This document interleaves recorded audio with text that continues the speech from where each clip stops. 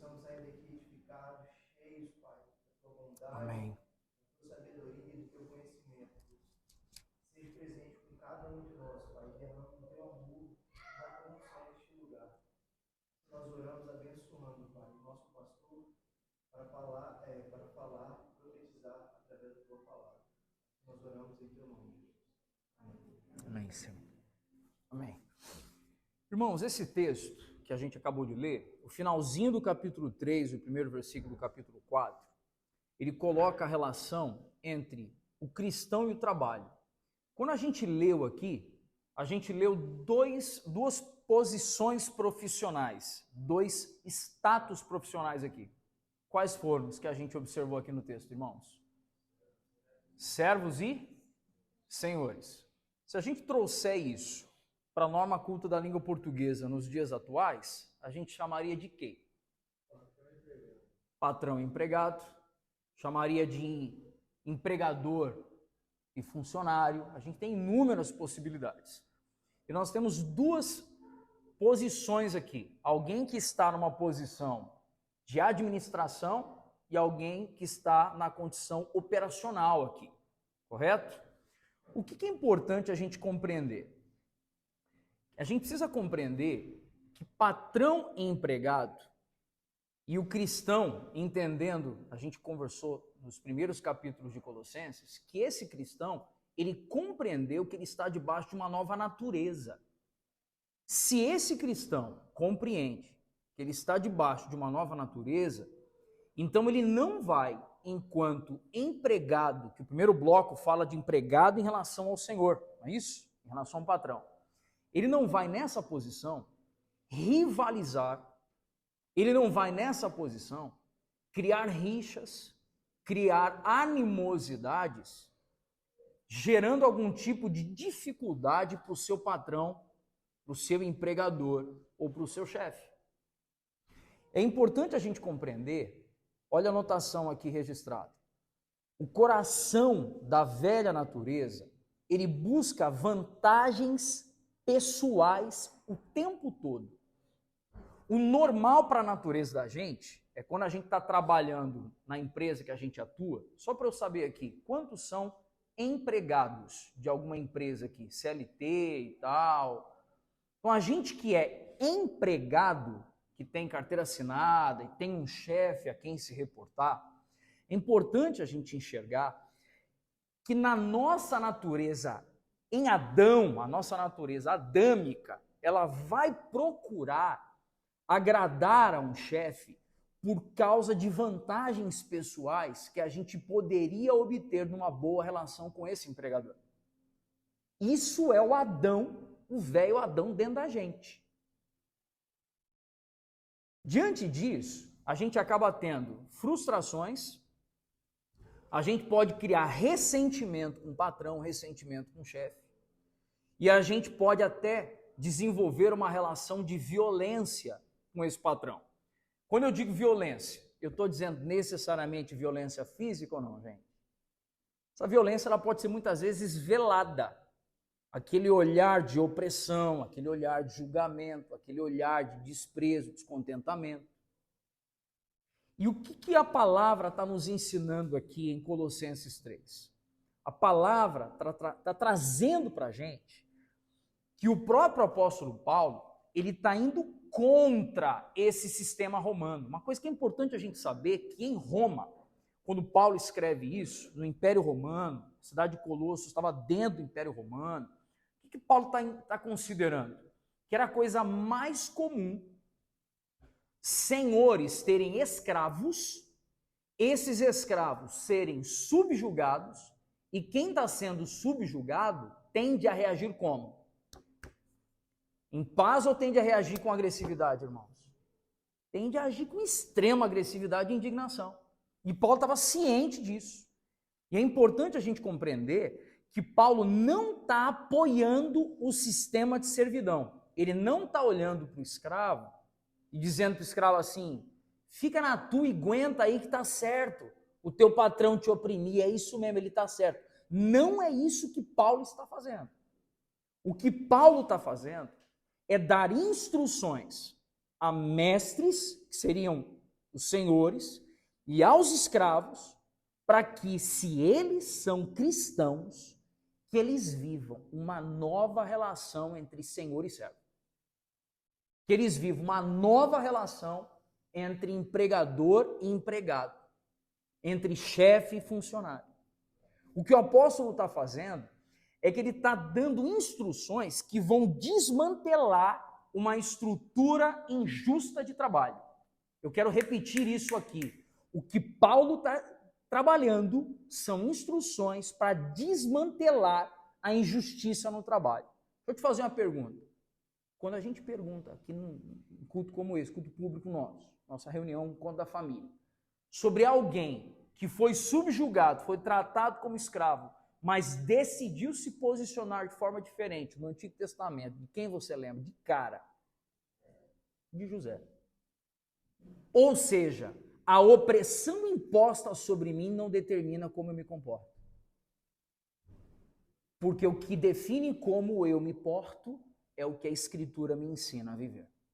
Então, ainda que eu tenha hoje algum jugo de opressão sobre mim, em Cristo, uma nova criatura que eu sou, em obra da regeneração, eu consigo, por meio da graça do Senhor e por meio do poder do Espírito, dar uma outra resposta, ainda que eu tenha um chefe opressor. Uma resposta não é de conformismo, mas de testemunho. Entendeu a diferença aqui ou não, irmãos? Uma resposta, eu não estou falando de conformismo, mas uma resposta de que eu disse? De testemunho. Que tipo de testemunho, pastor? De fazer o que é correto, o que é justo. O que a Escritura está trazendo para nós?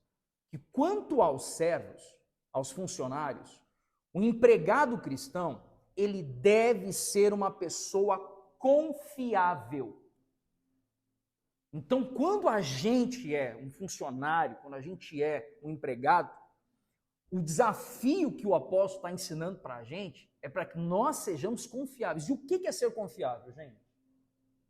Para os dias atuais, o que a gente pode mencionar entre nós aqui que é alguém confiável no local de trabalho?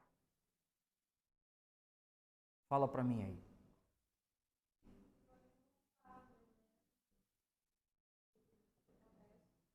Ser honesto.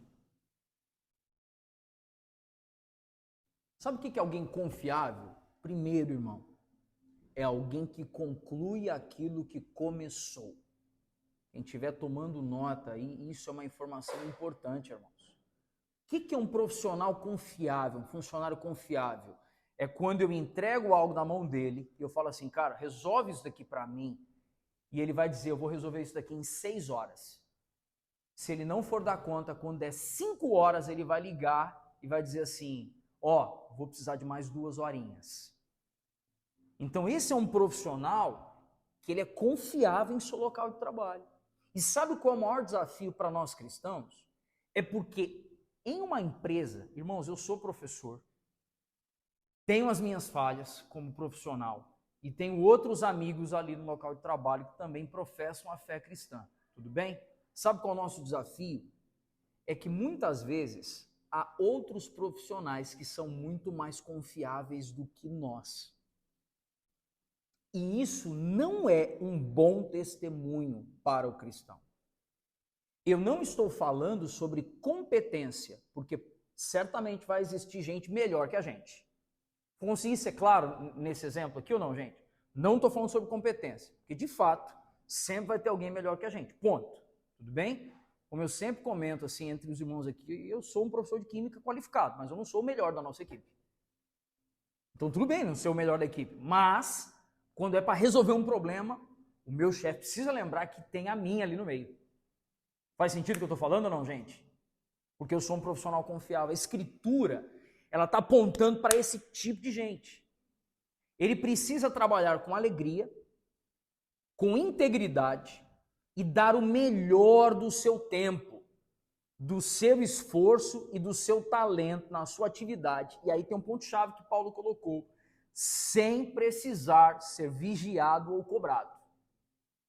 Então, uma das marcas de um homem que glorifica a Deus, de uma mulher que glorifica a Deus no seu local de trabalho como funcionário, é alguém que a sua produtividade não depende do olhar do patrão. A sua produtividade depende do seu temor ao Senhor. Eu temo a Deus, por isso eu dou o meu melhor. Sabe aquela velha história de que como é que é? É o olho do dono que engorda o boi, alguma coisa assim, que a gente tem um ditado popular? Como é que é? O olho do dono que engorda o gado. É isso? Então por aí. Por aí. Em outras palavras, o que a gente consegue enxergar? Que para o crente piedoso, esse ditado não tem que fazer sentido nenhum. Fui claro no que eu disse aqui ou não? Para o crente piedoso, o olho do dono não faz diferença alguma. Porque o dono vendo, o dono não vendo, a gente está fazendo. Faz sentido isso? Esse é o preceito aqui da Escritura para nós. Amém? Dito isso, o trabalho, olha só isso aqui, gente. O trabalho deve ser feito de modo desinteressado, sem o desejo de impressionar ninguém. Então eu faço por quê? Porque esse é meu trabalho. Esse é meu ofício. E aí eu preciso alertar os irmãos para algo. Gente, eu venho de uma herança teológica dentro do movimento pentecostal. Tudo bem? Eu fui treinado, meu HD, meu sistema operacional, minha mente, meu coração, foram treinados para achar que todo problema no trabalho era guerra espiritual, batalha espiritual, era levante do inimigo para me oprimir, para me subjugar. Tudo bem ou não? Gente, as duas de frente não vai dar certo esse negócio. O que acontece? Irmãos, eu preciso ser honesto com os irmãos aqui. Eu trabalhei numa empresa por 5 anos e meio, e nessa empresa eu exerci o ofício de supervisor pedagógico, o coordenador pedagógico da escola, planejamento, lidar com o professor, com família, E eu lembro que meu diretor toda hora me descascava, assim, sabe, de chamar atenção, e batia pesado, me cobrava tal. Aí eu ligava, às vezes, para o pastor João aqui, que era meu pastor, aí ligava para uns amigos, assim, tementes a Deus, gente, ora por mim aí, que o diabo está se levantando contra a minha vida, tal. Os anos se passaram, eu não tenho mais os 25 anos que eu tinha, são quase 20 anos a mais. E aí, eu posso nem falar nada que o cabelo branco já denuncia, né? Tem jeito. E aí, o que eu hoje consigo enxergar? Irmãos, como eu era tolo profissionalmente. Tá tudo bem por ser novo e em formação, ser chamado a atenção para melhorar. Só que na minha cabeça eu tinha que rejeitar. Não, eu rejeito essa palavra, em nome de Jesus. Rejeito nada. O patrão está te chamando atenção, porque você ainda não desenvolveu todas as competências e habilidades para aquela área. Receba aquilo de coração grato. Honre ao Senhor, ouça o seu patrão e melhore sua performance profissional. É isso que a palavra está ensinando a gente aqui, gente. É não fazer quando o patrão está vigiando apenas. É fazer bem feito. O tempo inteiro. Faz sentido isso, irmãos? Diante disso, agora, olha só. Paulo diz que o servo deve fazer o seu trabalho em uma liturgia de adoração a Deus. O empregado cristão deve ser o melhor funcionário da empresa. Deve ser um modelo de exemplo para os outros trabalhadores. Eu quero ter cuidado com essa frase. Quando eu digo melhor funcionário, eu não estou dizendo mais competente, mas eu estou dizendo que inspira as pessoas à sua volta. Funcionário cristão, ele tem que ser aquele que, quando chega, ele é o representante do Cristo, o príncipe da paz. Então, se tiver uma fofoca, uma intriga, uma maledicência, ele é aquele que apazigua. Bem-aventurados são os pacificadores, porque eles serão chamados de os filhos de Deus. Então, a fofoca para. O desentendimento para, a maledicência contra o patrão para quando você chega. Porque isso é o fruto do Espírito. Faz sentido, irmãos? E aí quando então, olha que interessante, relatar algo para os irmãos aqui. Quando eu era mais novo, eu me envolvia às vezes nessas falas, sabe? Contra um diretor e tal, confessando aqui meu pecado. E eu me recordo que eu fui chamado a atenção por um colega mais velho, ateu. E aí quando ele falou assim, cara, não se vão essas coisas não, meu espírito se abateu e falou assim, que vergonha, cara.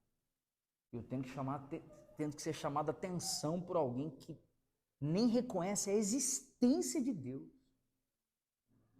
Se envergonha o evangelho, esse comportamento da gente. Mas a gente foi regenerado para uma nova vida em Cristo, para inspirar as pessoas a conhecerem a Cristo por intermédio da gente. Faz sentido, irmãos? Dito isso, você acha que o seu pastor, enquanto professor de química lá naquela escola que é da cor da camisa do Haroldo e do Elbert, você acha que eu sou chamado a atenção periodicamente ou não? O que você acha, gente? Você acha que eu sou chamado a atenção periodicamente ou não? Não tenha dúvidas. Claro. Estou lidando com gente de 60, 70, 80 anos de idade, que é mais experiente que eu, vai mostrar coisas que eu não estou vendo, e a minha resposta define o nível que o evangelho alcançou o meu coração. Qual é a minha resposta? Eu compreendo que eu estou ouvindo e eu vou avançar. Irmão, está descendo para o seu coração isso compartilhar? Amém? Agora olha só. Em paralelo, o versículo 1 do capítulo 4, ele muda o enfoque. Nós estamos falando de trabalhadores. Aí o capítulo 4, verso 1, está falando de quê? Alguém lê para mim aí, Colossenses 4, 1. Lê para mim aí, bem alto. Senhores, tratai os servos com justiça e com equidade, certo que também vós tendes Senhor do céu. Legal. A minha tradução aqui, Vitor, está dizendo justiça e igualdade. Mesma coisa. Então nós temos que tratar os servos, os funcionários, com quem? Com o quê? Justiça e igualdade. Então deixa eu trazer aqui uma coisa importante para a gente, irmãos. Olha só. Em paralelo, chefes, eles precisam ser amáveis e piedosos. Deixa eu te falar uma coisa. Eu tive uma conversa com um irmão, algum tempo atrás. Ele não é da nossa igreja, então não tem problema eu fazer qualquer tipo de menção, só não mencionar o nome. Tudo bem? E ele é um irmão que atua na área empresarial e ele estava contratando pessoas.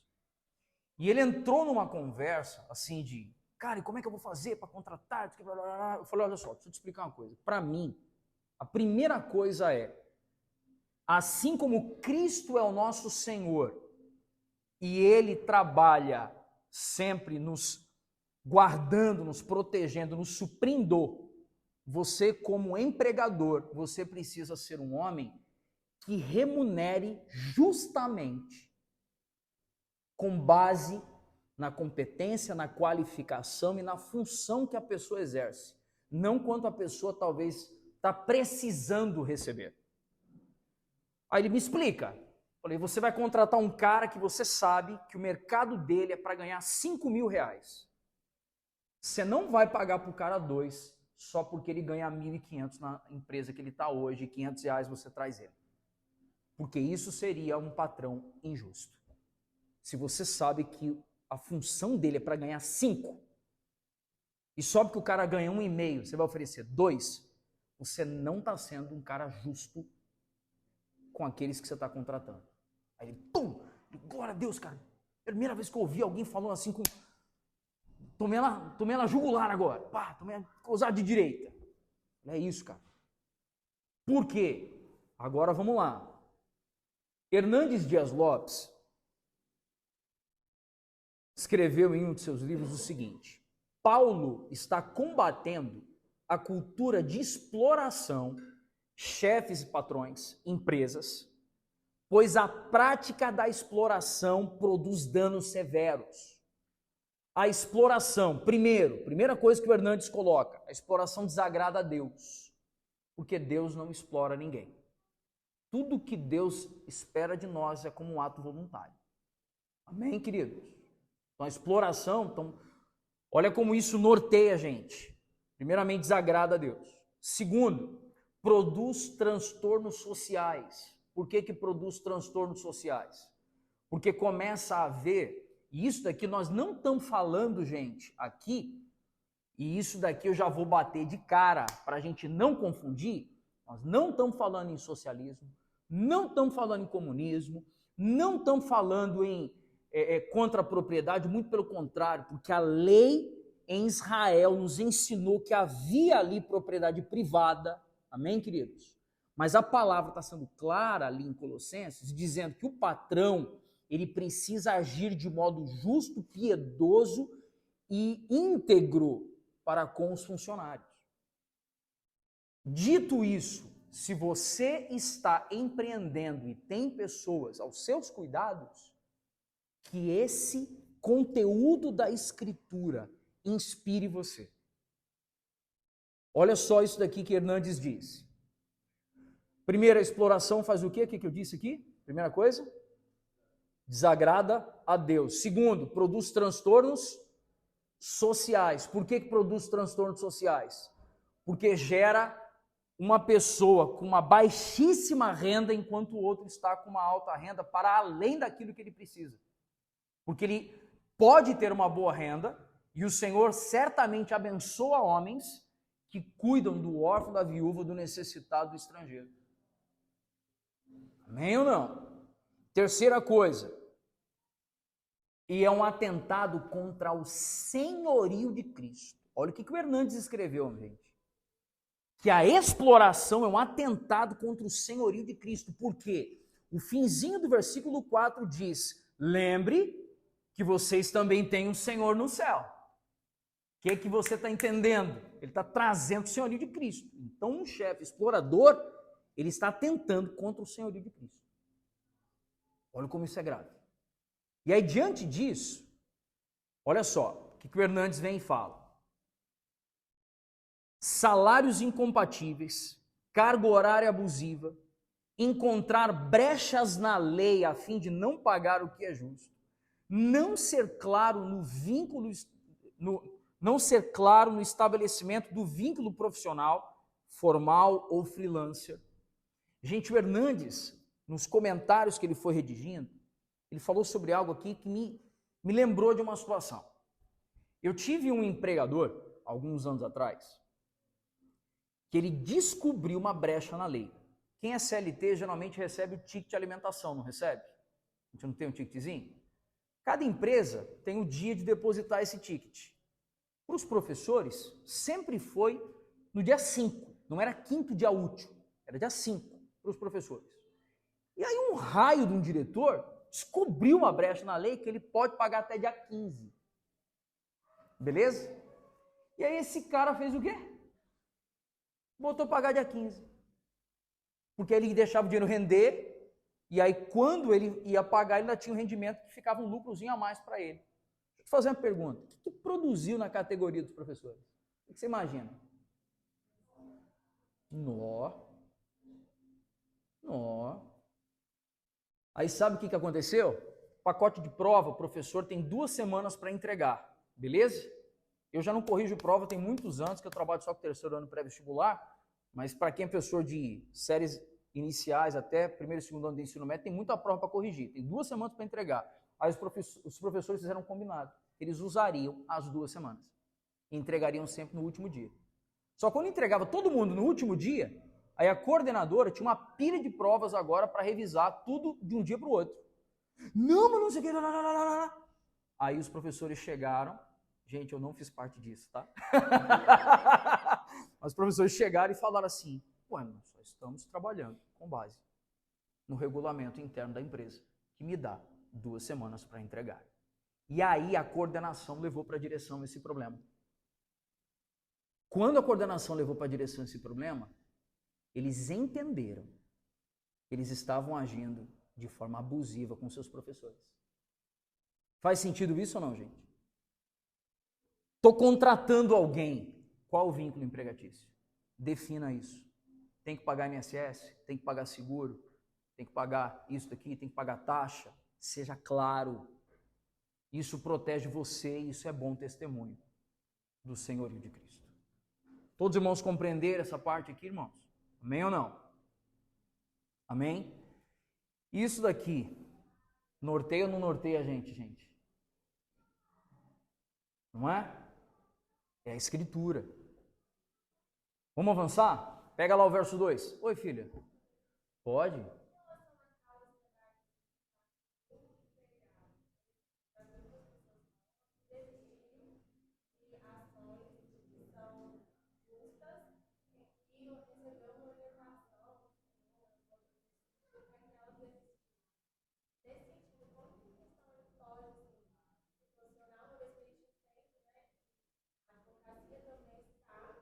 Uhum.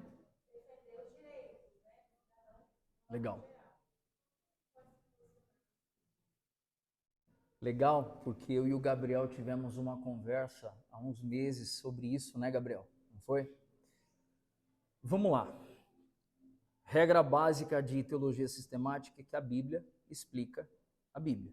Então eu não posso responder com base nas minhas percepções, senão a própria Bíblia. A palavra fala claramente, no Antigo Testamento, das leis civis. O povo sai do Egito e eles não eram uma nação ainda, porque eles não tinham lei, não tinham... Então, durante o deserto ali, o Senhor estabeleceu o ministério levítico, vieram as leis. E agora que existe um conjunto de leis, as leis civis são para serem o quê?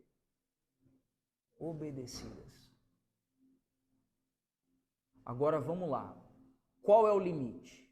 O limite é: eu estou pedindo algo, requerendo algo que de fato é justo, ou estou me apoiando também em uma brecha na lei para extorquir a minha empresa, a empresa a qual eu estou me desligando.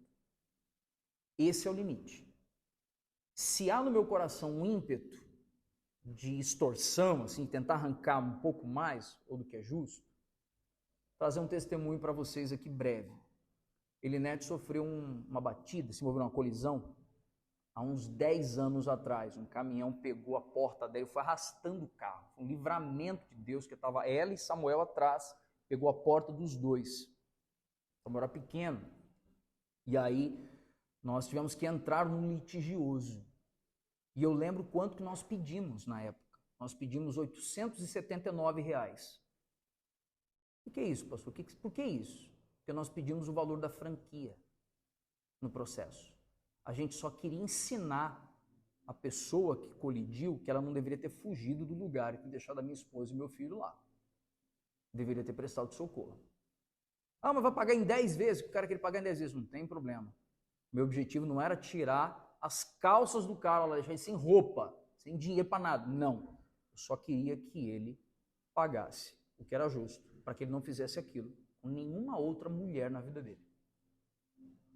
Consegui me expressar bem? Outro desafio é um irmão em Cristo. Seu contratante é um irmão em Cristo. Aí a conversa é mais complexa para um tempo de gabinete. Porque aí as variáveis podem ser maiores. Amém, gente? Tudo bem? Respondi a sua pergunta, filho?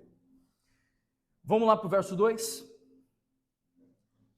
Colossenses 4:2. Perseverai na oração, vigiando com ações de graças. Rogai, ao mesmo tempo, de igual maneira, por nós, para que Deus abra uma porta para a nossa mensagem, a fim de que possamos proclamar o mistério de Cristo, pelo qual estou preso. Orai, para que eu consiga manifestá-lo francamente, como me cumpre fazê-lo. Portai-vos com sabedoria para os que são de fora, e aproveitai ao máximo todas as oportunidades. A vossa maneira de falar seja sempre agradável e bem temperada com sal, a fim de saberdes como deveis responder a cada pessoa. E aí, gente? O que esse texto está colocando aqui? Duas coisinhas para a gente que eu colocaria aqui. Primeira, perseverar no que, gente? Perseverar na oração. E a outra expressão que eu colocaria é se mova com prudência. Então, quero trazer aqui dos versos 2 ao 6, duas palavras, oração e prudência. A oração como prática da vida cristã deve ser constante. Que haja um fogo do Espírito em nosso interior que nos mantenha no caminho eterno todos os dias de nossa vida. Deixa eu parar aqui um segundo, peraí. Primeira coisa, nós estamos falando sobre oração, tudo bem? Deixa eu te fazer uma pergunta, irmão. Eu já falei uma frase aqui há algum tempo. Na verdade, não é uma pergunta, é trazer um lembrete. Eu falei uma frase há algum tempo que eu acho importante revisitar essa expressão. A maior demonstração de amor que nós podemos oferecer a alguém são as nossas orações. Só que eu quero dizer para você uma coisa. Você ora por alguém? Não é para responder, só para processar agora. Você ora por alguém? Se você ora por alguém, isso se desdobra em algum gesto. Eu vou repetir. Você ora por alguém? Se você ora, isso se desdobra em algum gesto. Eu não posso falar dos outros, então eu vou falar do Felipe mesmo. Tudo bem? Por que você acha que alguns de vocês recebem periodicamente uma mensagenzinha de áudio antes das 7 da manhã? Quando você ouve o barulho, claramente, de que eu estou no trânsito, eu estou no carro. O que você acha que você recebe uma mensagem assim antes das 7 da manhã? Porque muitas vezes eu entro no carro às 6, 6h10 e eu vou orando pelos irmãos. E à medida que eu vou orando pelos irmãos, eu vou gravando um áudio, vou mandando uma mensagem. É a minha forma de mostrar para você, irmão, que eu estou atento a você. Que o meu coração está atento a você. É o meu jeito. Agora, se você ora por alguém, qual gesto você revela que você está orando por essa pessoa? Porque quem ora, revela de alguma forma esse gesto. Pastor, mas não é o que Paulo está falando aqui no texto. É verdade. O que Paulo está falando é: orem por mim para que eu possa continuar pregando o evangelho. Mas não poderia deixar de mencionar sobre a oração em favor dos irmãos, da vida, das famílias, de filhos, de pais, de enfermos. Tudo bem ou não, gente? Então aqui Paulo está falando sobre oração no sentido de abrir a porta para proclamar o evangelho. Fato, é o que Paulo está dizendo. Quando eu coloquei aqui sobre o fogo, que há um fogo no nosso interior que nos move a orar, Hernandes coloca 4 coisas que o fogo produz.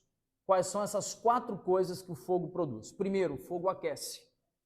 Então, seu coração não é um coração frívolo. O seu coração é um coração que está sempre aceso na presença de Deus. Segunda coisa que o fogo faz, o fogo ilumina. Então, se há fogo em seu coração,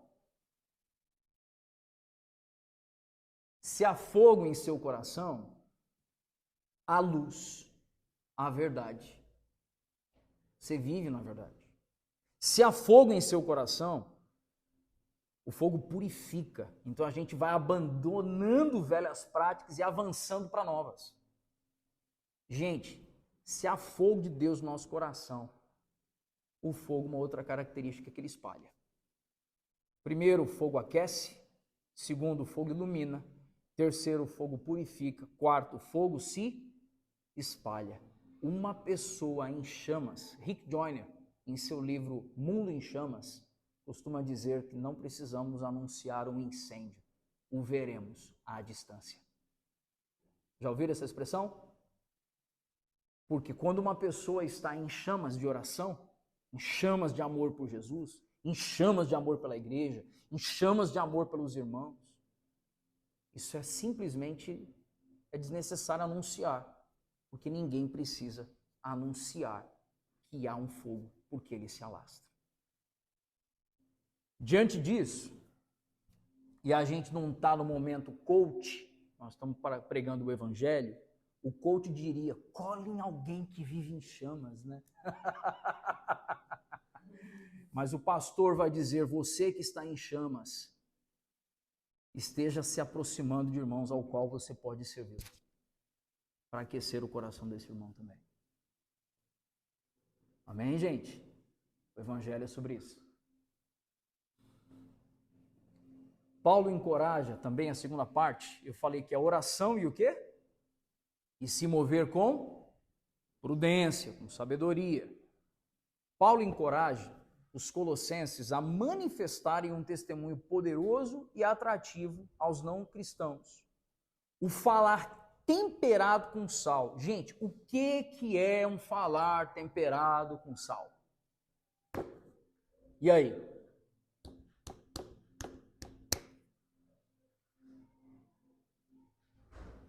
Gente, eu estou me sentindo dando aula de cálculo estequiométrico aqui. O que é um falar temperado com sal, gente?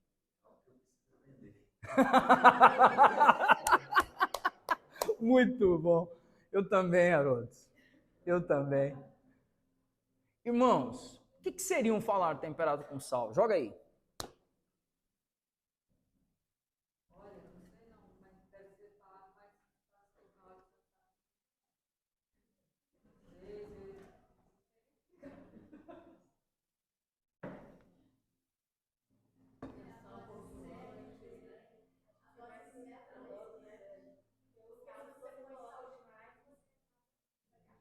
Cara, as duas falaram a mesma coisa na mesma hora. Muito bom, Rayane e Nete. Muito bom. Sabe uma coisa que me chama a atenção? Quando o apóstolo Paulo está falando sobre um falar temperado com sal, ele está fazendo um paralelo com Mateus 5,42. Que Jesus tinha dito que nós somos a luz do mundo e o que, gente? E o sal da terra. Deixa eu te falar uma coisa. Quando a gente pega esse texto, luz do mundo, sal da terra, tem a galera que tipo assim, tem que brilhar, vive um xiita, um lunático. Tem hora de ser luz, gente, de se posicionar com justiça em um ambiente de injustiça. A gente não precisa esbravejar muitas vezes para isso. Tudo bem? Agora, a maioria das vezes, a gente tem que se portar mais como sal do que como luz. Sabe por quê? Quando você come uma boa comida, você não diz, nó, que sal gostoso, né? O sal está ali, ajudando a conferir sabor, e a gente nem dá conta da presença dele. A gente nem lembra que ele existe, mas sem ele a gente não consegue comer. E com ele demais, a gente também não dá conta. Quando diz que o nosso falar precisa ser temperado com sal, gente, a Bíblia ensina na Epístola de Tiago que a língua, ela é um órgão tão pequeno, mas assim como todo um barco é conduzido e dirigido por um pequeno leme, que um pequeno órgão, a língua, pode incendiar todo o corpo. Sabe o que a gente tem? Duas coisas. Primeiro, pessoas que estão aprendendo a ter um falar temperado com sal. Porque aqui não tem ninguém com síndrome de Gabriela. Eu nasci assim, sou assim, vou morrer assim. Porque o evangelho não deixa você assim. Amém ou não, gente? Então não existe isso. Tudo bem ou não? Não existe isso. Então tem ali a obra do Espírito da regeneração. Então no extremo a gente tem alguém que está desenvolvendo. E no outro extremo, nós temos alguém que é incapaz de compreender que o outro está em obras. Olha só a dificuldade que a gente tem aqui. Faz sentido o que eu falei ou não? Então, se tem alguém aqui que sim, a pessoa fala demais. A pessoa fala impiedosamente. Fala sem pensar. Aí do outro lado você tem alguém que tem muita dificuldade de compreender que Deus está agindo nessa pessoa ainda. Só que ela tem um tempo dela. O pastor vai estar muito devagar. Ele net aguentou muita coisa aí ao longo dos anos, com o meu jeitão, gente. Ele net chegou do encontro das mulheres ontem. Eu estava terminando de fazer a barba. Tomei um banho. Sentamos no sofá e ficamos 1h30 conversando. Ela me contou detalhada, minuciosamente, tudo sobre o encontro. E eu fui perguntando. E aí, num dado momento, a gente deu um atritozinho. Aí eu respirei fundo. Aí ela olhou e falou assim: alguns anos atrás você não ficaria aqui 10 minutos para me ouvir. Alguns anos atrás você estaria dizendo o que eu deveria ter feito de diferente. Respirei fundo. Eu falei, mas eu quase avacalhei tudo ainda hoje, né? Porque eu também estou em obras ainda, irmãos. Tem coisa na minha vida que eu preciso crescer. Meu falar ainda precisa ser temperado mais um pouquinho. Eu tenho que mudar. Teve uma parte da obra de Cristo que já atingiu minha vida? Sim, mas tem mais coisas. E eu não posso também achar que eu estou pronto. Olha o desafio que é a vida da gente. Amém ou não, gente? Diante disso, irmãos, os comentários de Paulo assumem que os crentes colossenses estão vitalmente envolvidos na comunidade local, têm amplas possibilidades de interagir com os que são de fora, sendo bom testemunho vivo de Cristo por meio de um falar brando e temperado. Amém, gente? Que sermão especial, né? Que reflexão que Paulo trouxe para nós especial aqui, né? Vamos agradecer ao Senhor por esse compartilhar? Pois não, Marlúcia? Pode ficar à vontade, minha irmã. Eu estou nesse lema aí de construção, reconstrução, né? Eu tenho um temperamento que tinha, pensando muito forte. E assim, batia de um lado, cada tempo não sou baiana, né? Porém, eu tenho tentado apanhar e me parar. Então, essas pessoas descobriram que eu estou nesse momento, então batiam constante. E assim, tá, e aí fica aquela coisa, aí eu fico com vontade de sair da bênção. Mas eu estou tentando mudar, mas Deus me salvou, mas não me abençoou, entendeu?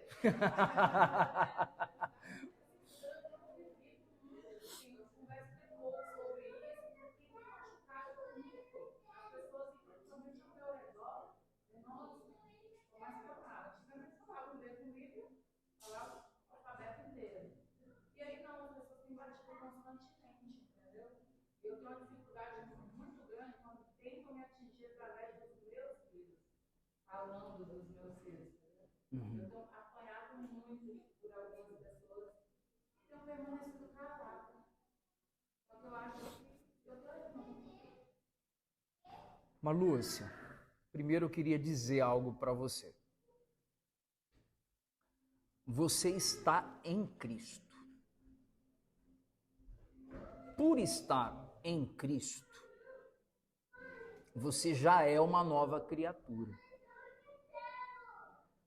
E a obra de Cristo, ela tem avançado na sua vida. E isso eu não preciso ter conhecimento para afirmar. Porque se você está em Cristo me dizendo o que você está me dizendo, é claro que você está desconfortável com a sua condição atual e você quer ser diferente. Essa é a maior demonstração de alguém que já está na obra de regeneração. É estar descontente com a própria condição. É aquilo que a gente sempre tem ensinado, é a consciência da miserabilidade associada à confiança na graça divina. Sobre detalhes das suas lutas e seus desafios, há um livro antigo. Hoje eu não recomendaria todo o conteúdo desse livro, mas uma parcela dele é bem inspiradora. Charles Swindoll escreveu um livro, Em Seus Passos, o que faria Jesus? E aí quando a gente pensa em seus passos, o que faria Jesus? É uma boa pergunta na hora que a gente vai passando um aperto. A gente só tem que ter o falar temperado com sal para não reagir no piloto automático. Só trazer para você um adendo, para a gente poder ter o partir do pão. Algumas coisas, Marlúcia, dos nossos sofrimentos, elas são permissão do Senhor para trazer crescimento na vida cristã e caráter de Jesus na gente. Outras são colheitas de coisas que a gente viveu no passado.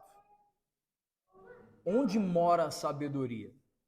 Se o que eu estou sofrendo hoje é porque eu fiz algo no passado que eu estou colhendo, o Senhor certamente me dará graça para suportar, porque eu já estou vivendo como nova criatura. Mas se esse sofrimento é para produzir um refino do meu caráter em Deus, que o sofrimento do tempo presente não se compara à glória a ser revelada, quando a gente tiver o corpo glorificado e tal, a gente vai conseguir suportar a injustiça sem gritar e esbravejar que está sendo injustiçado.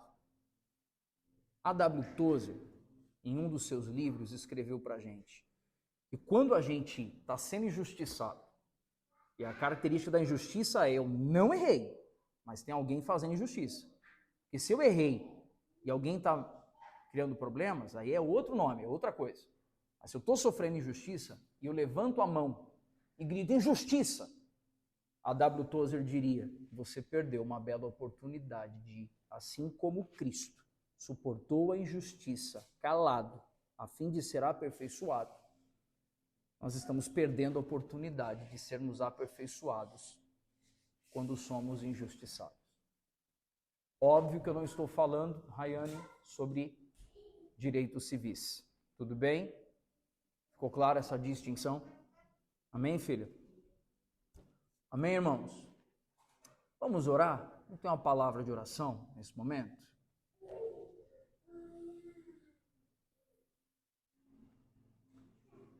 Hélio, conduz a gente uma palavra de oração, agradecendo pelo compartilhar, pedindo para que essa palavra venha produzir raízes na gente.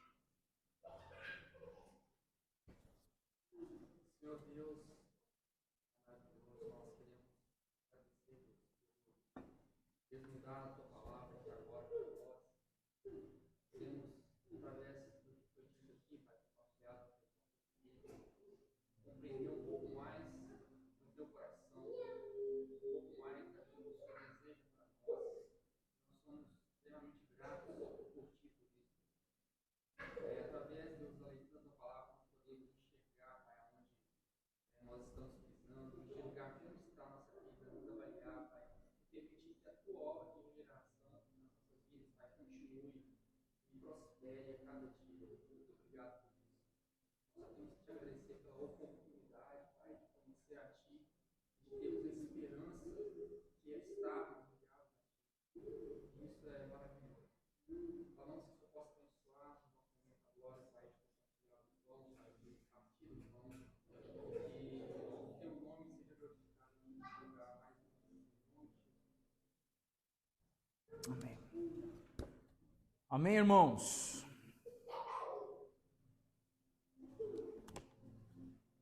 Cadê a minha esposa? Ela atrás? Ela está trazendo os elementos?